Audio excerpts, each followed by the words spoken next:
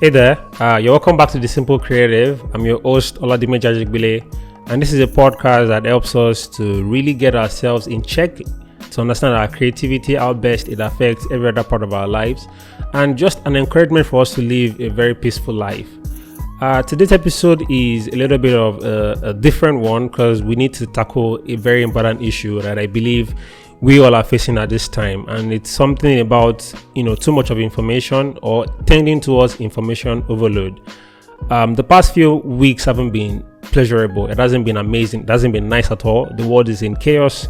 A lot of things happening: police brutality, the issues of rape in Nigeria, and so many other things. Normalizing equality and normalizing justice.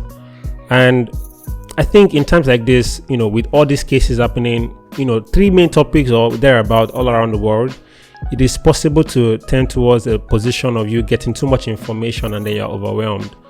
And I think there is a need for us to talk about these things. And this is what this episode is all about. So thank you for listening and enjoy this episode.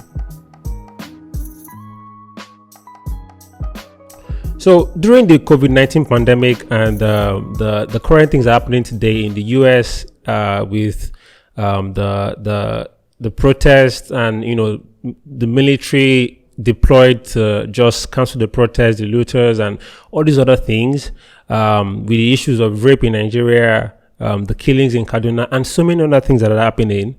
It's understandable that many of us are glued to our screens, scrolling through what seems to be like an endless, news feed, tweets, updates, headlines relating to the current crisis all around the world. And you should understand that now social media has become, the new window for the current events or for the current events around the world. And when everyone's attention is on a particular type of topic, then it's possible that, consumers, or we as consumers, we tend to reach a point of information overload. And one thing you should understand is that these things, it's normal because you always want to stay up to date. You want to understand what is going on. And the fact that you are trying to get these news doesn't mean you can't act about them. If you're exposed to some upsetting materials, your brain starts to has this capacity that it can really get to before it starts to experience feeling of distress that can be similar to those you experience when you are in the forefront of these things. Now, the fact that these things are happening and you're not maybe expressing it directly doesn't mean it doesn't affect you.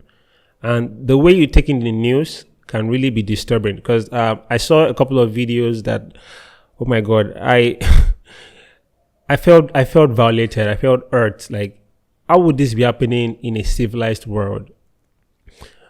But then my mind just, kept cycling back to the fact that, yes, we are humans. Things keep happening, but love needs to reign. Justice needs to be the way it's supposed to be. Peace has to reign. And so many other things needs to happen. There needs to be change. And I made mention of this a couple of days ago on my Instagram that it's not my time to share, but I want to be able to welcome someone who is in need, to be able to love someone, to be able to care for whoever needs to be cared for and make them feel listened and valued. And I decided to donate to Color of Change and Mirabel Center, and I realized that my donations would go a long way, even though it is very little because I'm not a rich person. So I tried to do the little I could, and I'll still do more. But then even with all these things I've done, I still feel more can be done. So the information you take in, how can you transform this information into action? Because you might get overwhelmed with all these things happening and you don't even know how to take action. Now, I wrote something here that everyone needs to look at themselves in this digital age when they have been exposed to disturbing and unsettling content for a long period of time. While it's good to keep in mind that each person is different and will find different coping mechanisms to help themselves, I prepared a couple of suggestions I believe might work for you because these are the things I did for the past 3 days. I've been away to just be able to think and calm down and really get my head straight. And then the very first one is that you need to recognize the problem.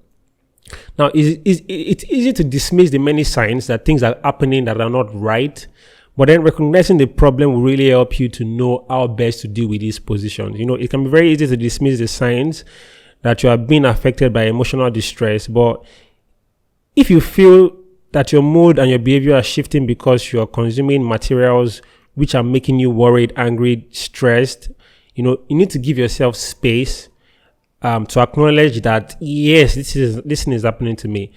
I was able to tell myself that, Dimeji, the death of George Floyd, which was unjust, really got me, because I could see the evil in humanity, and that really pained me that this could happen to someone even in these times. To be honest, I couldn't finish watching the video because it was painful watching it alone. Not to talk of the person recording or the person there pleading, that they should release this man. Even he was pleading to be released, but then, I don't know how to explain this, but I don't want this to be an emotional episode, so I'll just continue what I was saying. So we all have different coping mechanisms to cope with these times, and one thing you should take note of is that recognize the problem, accept that this thing is happening.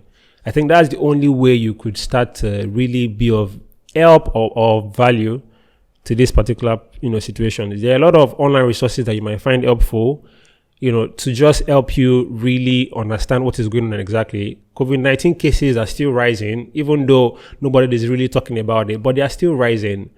And what is most important right now is for us to let our voice be heard and speak up for those who can't speak for themselves, for the rape issues, for all the issues around. Your voice or your contribution or your action can actually go a long way. So once you recognize the problem, it really helps you to start to know how to work about it, how you can help in any way, how you can be of I don't know, how you can just be in that particular position, how you can channel help to those who need it, how you can support the Black Lives Matter movement, and so many other things. Now, one other important thing I believe you should learn and you should strive to do is to speak up. You need to talk it out, like talk it over, speak up about these things. Connect with people you trust and let them know how you're feeling. Like me, I had to call a friend, and I started pointing out my heart to him that, see, right now I'm hurting deeply. Like, I'm really, really hurting, even though it's not physical. Emotionally, I'm down.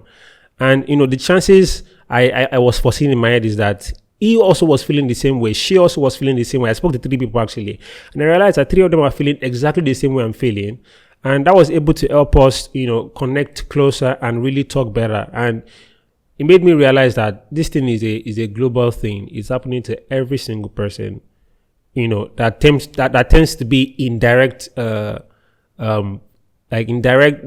tends to be directly involved in these things. For for women who have been abused all over the world or across Nigeria, I was reading tweets and my heart broke into pieces.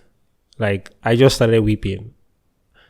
Like, I was crying physically, like tears were rolling down my eyes, seeing that people are experiencing things. And that just calls for a reformation in the education system, in upbringing of the male child, of the boy child, that if a woman's body is not your property, I'll put a link in the description of a video a friend of mine made, Alma Asinobi, and she talked about, this thing really well and paints a perfect picture for everybody to understand. So I'll put a link in the description. Please check the video out and get the message, Now, one other thing I did that was consistent in these 3 days was I took steps to look at my sleep. In my sleep, I couldn't sleep well. To be honest, I couldn't sleep well. I kept rolling in my bed several times, worried and in pain that the world is in chaos, that the world is upside down, and so many other things. And I think that this would be a great time for you to, take a resolve to yourself. Sometimes you're in bed with your phone. It's not healthy because you keep piling up those information over and over again in your mind, filling yourself with information that is detrimental to your health, even though you're trying to stay up to date on what is happening. But then you can start to really reduce that. Another good tip I have seen that is working really well for me is making sure that I get enough sleep in general, because you don't sleep well, you're still consuming information that is painful, that is hurting you. as much as this information is out there and is not good, it will have a negative effect on your emotions, on your mental health, and so many other things. So prioritizing your sleep is important. But then it's easy to stay up at night streaming your favorite series. Well, it's very beneficial that you try to keep it on a down and really, stick to a regular sleeping routine, because this way you tend to start to bring back yourself, in quotes. You start to really, your well-being is just well put, because there's no way you can help the next person beside you who is directly involved in this thing, or a friend who is living in the US experiencing all that is happening right now. If you're not in the right frame of mind, you can't help that person. You can't be of any help to the person. So make sure your mental health is in check. Make sure you get enough sleep, and just be healthy, be fine, so that you can also help someone who needs to be fine. Because a blind person can be leading another blind person. So you need to actually get yourself in check before you can be able to help another person. Now, one of the most important one I would really advise that we take note of is you need to give yourself a timeout.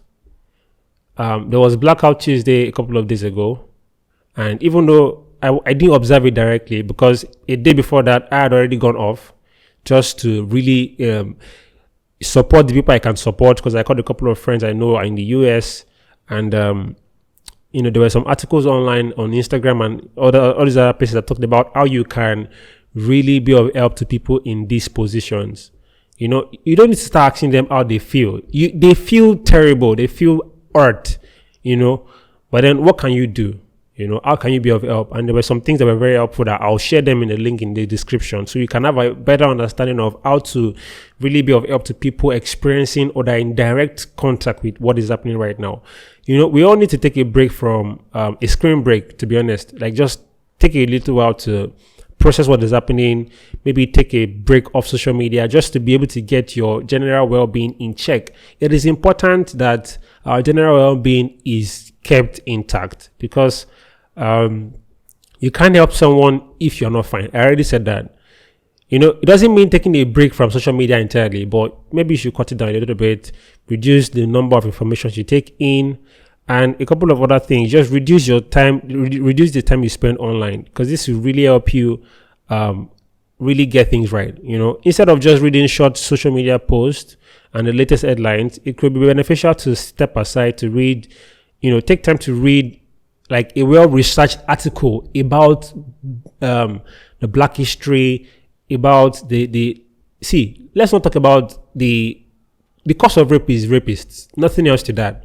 So try to understand how you can be of help to someone who has been in a position of, who has been raped before, who has experienced something like this. Because I've read a couple of articles in the past few days, and I'll tell you for a fact that all men are guilty. I wouldn't lie to you. All men are guilty. There's been times that, I probably have looked at the woman in a funny way, and I'll correct myself. But then because of that thing happening, I start to think about it that, wait, so that means if I don't control this thing, or if I have not been controlling it, if my parents didn't teach me well, then I would be the one in that position raping someone, because I probably wasn't taught there's nothing we can say about this. There's no justification to, raping someone. It is wrong and it's a crime. Personally, I would say they should be prosecuted. If possible, they should be killed. But I'm not the one who makes the law. But for you to be able to do that to another human being, then there needs to be a really big punishment for something like that. So I think, allowing yourself to take a break and really study about these things, be knowledgeable about these things, not just consuming irrelevant information, And I read a couple of books about, the Black history, trying to know everything, white supremacy, and a couple of other things. If you can read about these things, it really give you a better understanding on how to communicate with people who are experiencing these things, people who are in direct contact with things that have happened like this. And one thing I've said several times in some of my videos is you need to actually, exercise. Like I said in the video about finding mental clarity, exercise is good. It really helps you stay focused. You could tried a combination of the following, which I found online, and I've tried to implement a couple of them. That focus on 5 seconds on 5 objects you can see around you. Focus on the contact your body makes to your chair and to the floor. Hold a hot or cold drink in your hand and fully feel the hot or cold temperature. Smell a food or flour or other items. Splash water on your face. Say your name, your age. Just be able to interact with your body. And all these things put together, there are things that can really help you to start to really dial down all those information you've been feeding on that hasn't been helpful to you. And then one of the last things I will talk about in this entire episode is that take a breather. Focus on breathing. Focus on your breathing and try to calm yourself down. Regulate your body.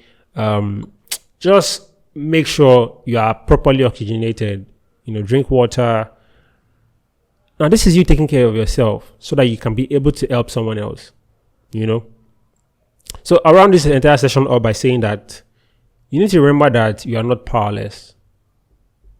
The smallest of words in your mouth that you speak out can be a saving grace for someone else.